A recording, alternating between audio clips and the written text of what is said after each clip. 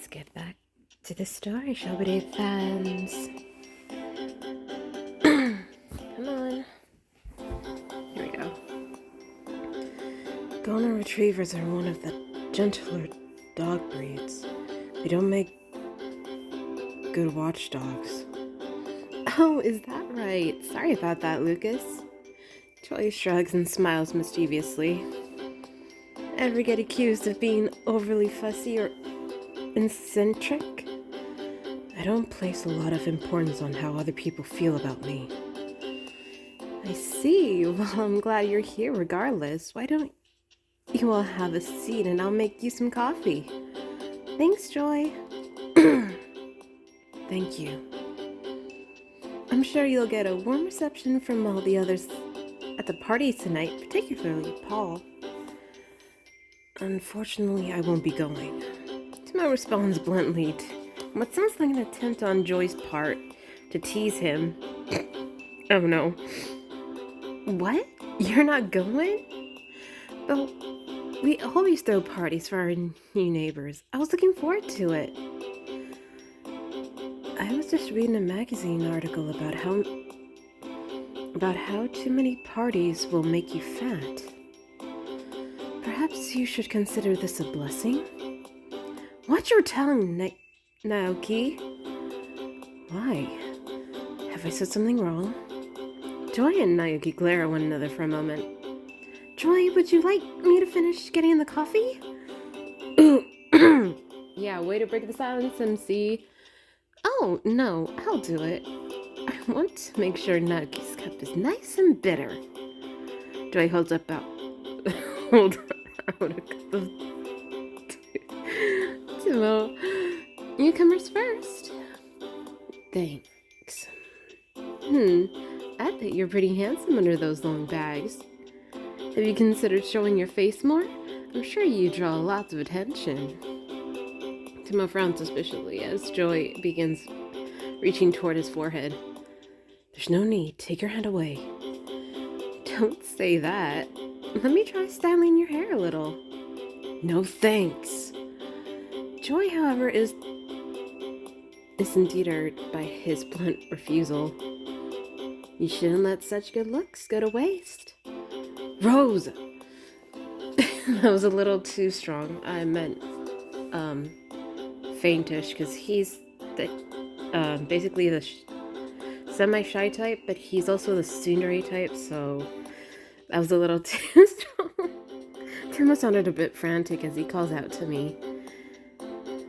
I just remembered an article I want to see. Would you mind us going to your room? It's obvious from the look on his eyes that he's desperately pleading for help. That's a new expression for him. I smile to myself, then quietly nod. Wow, is it so late already? I missed dinner. When I check the clock, I'm starting to see how late it is. Oh, sweetie. I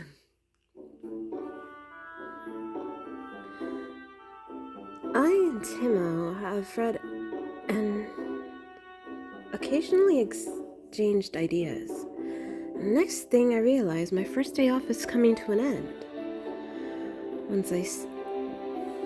Once I start reading research materials, I lose all track of time. It seems that Timo's the same way. I chuckle to myself, then look over at Timo, who's sitting next to me. Oh! His appearance gives me a start. He's lying slumped back against the couch, with his reading material on his lap and his eyes closed. Looks like he's asleep. Even though he didn't have much stuff to haul, moving must have worn him out.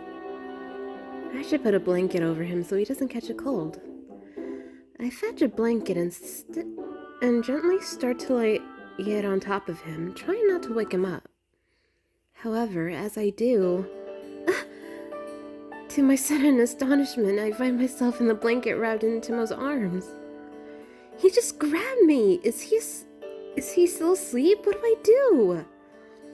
I try swimming about. However, Timo's embrace is surprisingly strong. I can't seem to escape. There must be some way I can free myself. My heart is racing. I'd hate to wake up Timo when he looks like this. When he looks like he could use a sleep. It's nice and warm in his arms. I suppose I can just sit here and wait until he shifts positions. I gradually grow more comfortable in his embrace, and without realizing it, I fell asleep. Oh, sweet, sweet MC. Rose? Someone is calling my name and gently shaking me. He continues to call out to me until I finally open my eyes. Huh? Oh, Timo? Timo's face fills my view. Suddenly I'm wide awake. That's right, I must have fallen asleep while Timo had his arms around me. Oh, sweetie. I feel like my cheeks begin to burn. Timo appears equally distressed as he awkwardly glances around. Sorry. It seems I fell asleep. No, that's okay. I must have dozed off too. I mumbled back in an attempt to hide my embarrassment.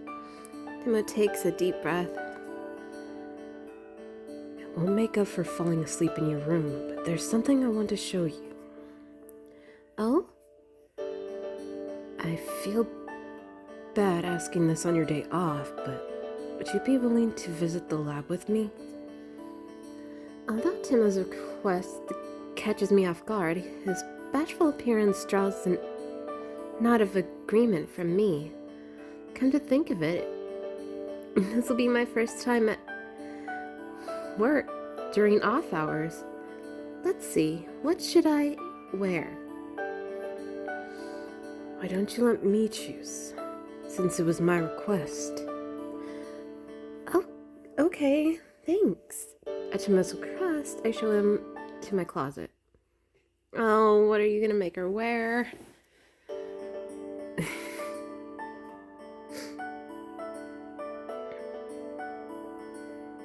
As I stand there staring at the dolphins, I feel Timo's warmth draw closer to me. A moment later, he places his hand on my shoulder. We slept next to each other the whole night, didn't we? I can still remember the sound of him breathing. The memory causes my heart to beat loudly. I lower my head as I began to blush. He's standing so close. What if he actually manages to hear my heart beating? Sweet little MC. And we're at the checkpoint. Oh, now we get him. Yeah, because screw Paul.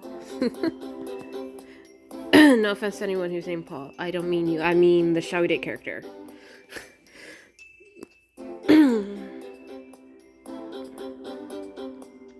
And pink hair does not look good on the MC.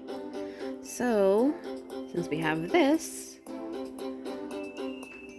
Get out of here, Paul. This is his story. Let me see. The hair. Give me the hair. There we go. Go. Go. Yes, go.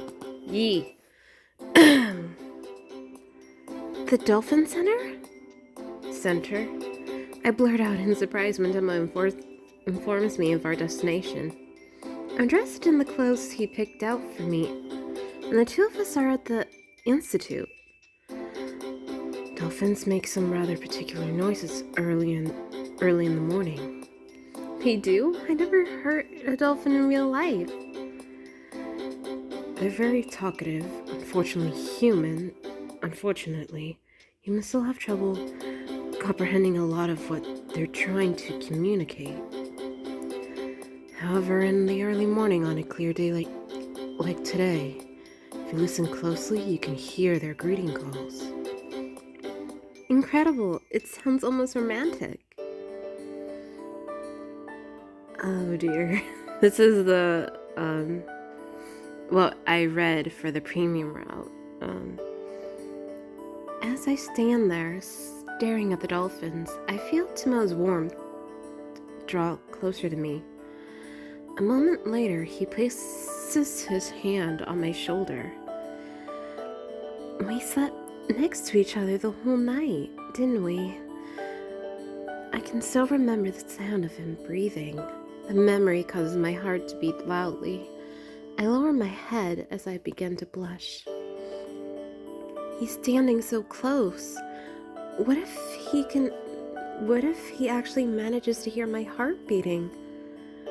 Do you hear that? Huh? Oh, I think so. It's kind of faint though. Their voices are right at the upper limit of human hearing, but you should be able to make them out. Wait, what was that? Just then I faintly began to hear a high-pitched squealing sound. Oh, you're right. It's like a high-pitched squeal. Yes, that's it. Here they come. They're all coming to greet us. So this is what their greetings sound like. Greetings. I glance over at Timo and suddenly realize how handsome he looks.